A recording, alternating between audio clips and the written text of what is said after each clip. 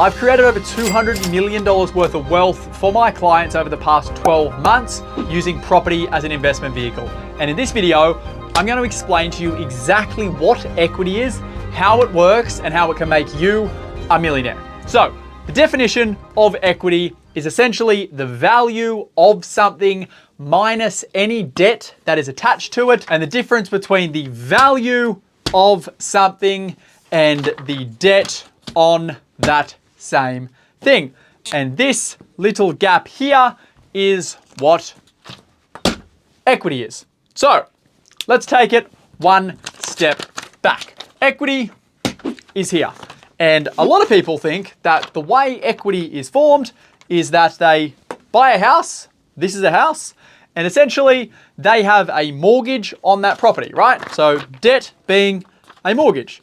Now, the way to create equity over time is to decrease your debt, and by decreasing your debt, as you go further and further, if the value of the property is here, this here then becomes equity because you paid $100 for the property, you took on $80 worth of debt to begin with, you've paid that debt down to now it might be $20, and essentially this here is the $60 in equity, which is true. You can create equity like that. But if we were just paying down debt and the property was not growing in value, so it stayed being worth $100, on this money that we're paying down to reduce our debt, to create equity, we're paying interest, which essentially means we're just spending money on interest to create equity, which would be a way to lose money, not to make money. So that is one way to create equity, but it is the slowest way to create equity, and it also costs the most amount of money. Now, if you haven't bought a property before, that's okay. If you have purchased a property before, then this is probably going to make a little bit more sense to you. Now, if we go and buy a property, for the amount of time it takes us to reduce our debt, generally speaking, we'll take on a 30-year mortgage when we buy a property. So we've got our debt, and essentially what we're doing is we're going to the bank and saying, give me some debt, and I promise to pay that debt back over 30 years.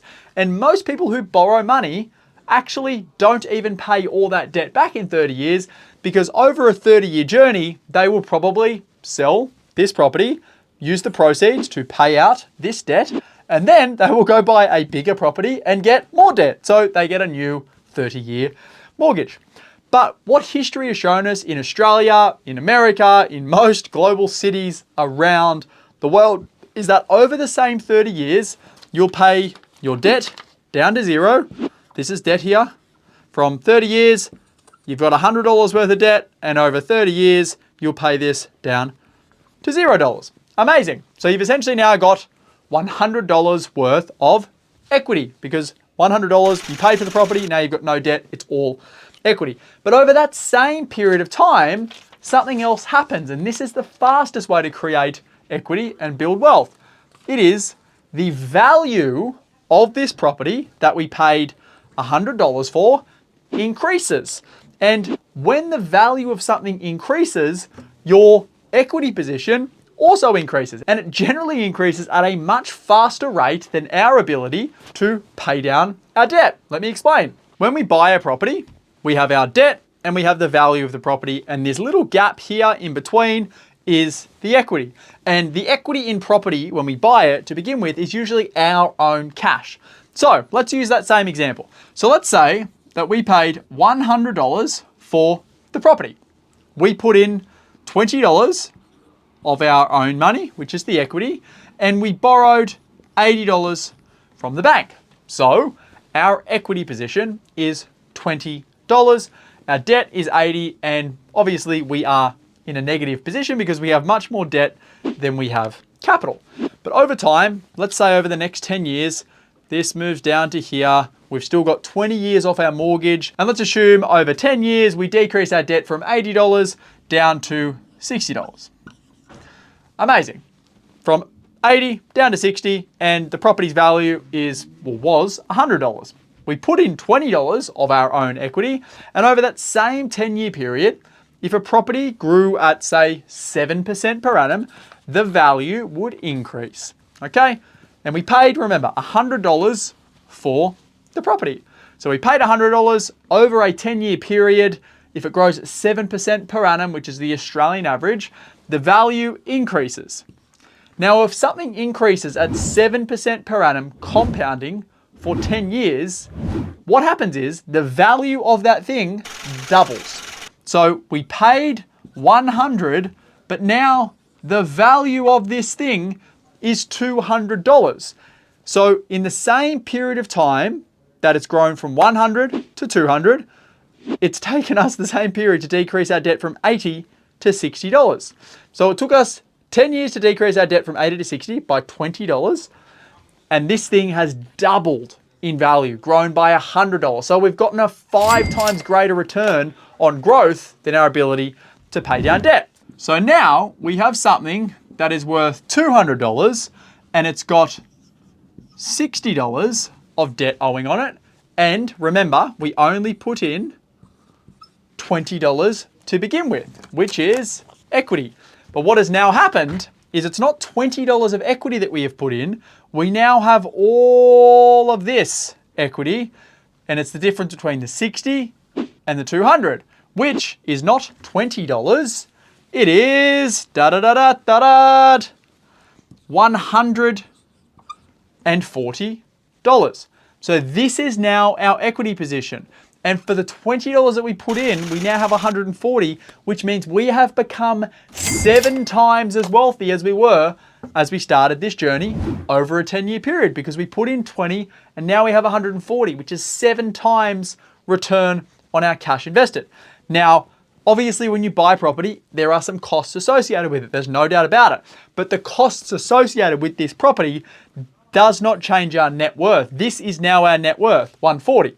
So this is essentially the fundamental principle of equity. The value of something is going to increase significantly faster than our ability to decrease the debt against that thing. So what happens in our equity increases significantly faster by the value increasing, not by our debt reduction.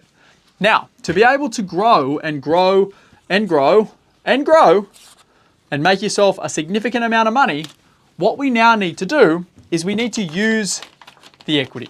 Because equity sitting in something not being used is useless. If we have the value of $200 over 10 years, essentially what we do now is we have one house, we have debt on that of the old debt fell off, eh? There we go. Wouldn't it be always good if the debt just fell off like that? Now this gap here of the equity, we can actually use to go and buy more of these things. So what we do is we go back to the bank. This is the bank, all right? This is cash. This is where cash lives. So we go back to Cashman and we say, hey, Mr. Cashman, I've got this thing called equity, which is essentially collateral. It's fake money. It's on paper. I've got this thing called equity in my home. Will you give me some of that equity to go and buy another home? And generally they're going to say, absolutely, because banks make money by lending you debt. Debt is a good thing for a bank. Debt is a liability for you as an individual, but debt is an asset to the bank because they make money off you. So then you borrow some of this, so you get your equity. Here it is, your equity. We've got $140 worth of equity. And let's assume that we want to go buy another house for $150. The bank is going to want to see a 20% deposit, which is the same as the $20 that we put in on our first house, which was $100. So if they want to see 20% of this $150, they want to see $30 in equity for the deposit on this. And the bank will lend us $120. So what we do is we go back to the bank. He gives us $30 of this equity. Now the difference, remember, 60 and 200 is 140 and we need 30. So it's no longer 140 of equity. We have 110 of equity and we use 30 to go buy another property. Now we have 2 of these things, right? We have 2 properties and the value of those 2 properties, one is 200, which is the first property that we've purchased, And the second property that we just bought is worth $150. So now the total value of our portfolio is $350. Amazing, that's great. The equity that we have, we started with $20. This is what we started with. We no longer have $20 because that property grew in value. We now have $140 worth of equity. We have that equity split between $30 on one property and $110 on the other property. But we also now have our debt. Now, the interesting thing about debt is this $30 that we used, which is equity, as the deposit on our second property, comes out and forms more debt. So we now have the original debt that we borrowed against this property, which was $80. And we also have the extra debt that we've borrowed for the second purchase, which is $150, which is this number here because we borrowed 100% of it. So now our total debt level is $230, and we have $350 worth of value, and we now have 100, which is the difference between 350 and 230. We have $120 worth of net equity. So we are 6 times wealthier than we were when we started. Now imagine what happens on another 10 years. We slowly pay down some more of the 80 and some more of the $150 worth of debt over a 10-year period, which you know doesn't happen as fast, but over that same 10-year period, we now have $350 that will double in value, which means over the next 10 years, this $350 turns to $700, which means then our debt, and let's assume that it remains the same, is $230, which means our equity is the difference between $700 and $230. 700 minus 230, which gives us $470 worth of equity, which is 4 times more than what we have here. So over that next 10-year cycle, we've gotten 4 times wealthier, but we only ever put in $20 of our own money. So we're now almost 30 times richer than what we were when we started. And this here, folks, is the way that you create real wealth.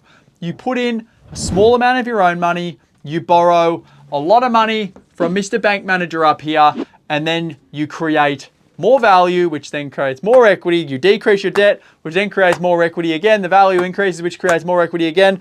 And then this number here is essentially your net worth, which is the monetary value, I should say, of yourself. This is the number that we need to focus on. And if you do that for a long enough period of time, you can start out with $20 and end up with millions and millions and millions of dollars down the track. If you want more content like this, you need to like, you need to comment, and you need to subscribe to the YouTube channel. I'm going to continue to break down what may seem like complex issues and complex topics into the most straightforward approach I possibly can.